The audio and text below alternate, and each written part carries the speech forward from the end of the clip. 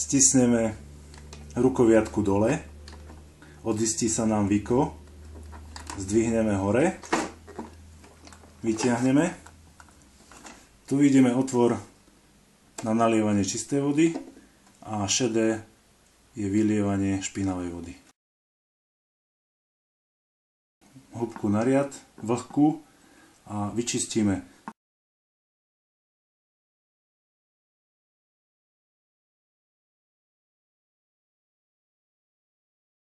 Prepláchnuť prúdom vody tieto otvory. Potom zatlačím toto tlačítko, vyskočí nám kefka hlavná, vyťahneme ju von, tu máme žlté šipky, jednu potlačíme hore, druhú dole.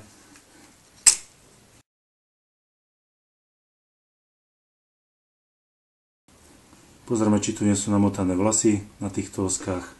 Prepláchneme to celé pod vodou, môžeme to húbkou útrieť od prachu.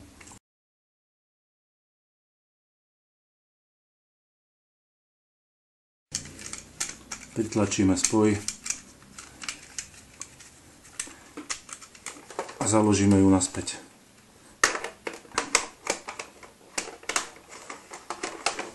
Takto je to není správne.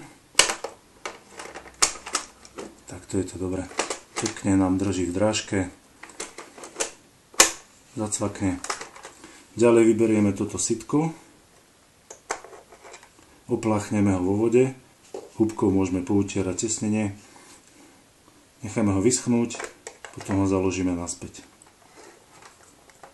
Skontrolujeme, či ho máme správne založené, či sa tesnenie dotýka modrého plastu.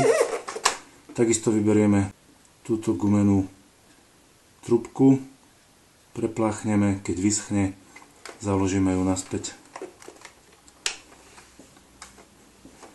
S navlhčenou húbkou môžeme vyutierať túto časť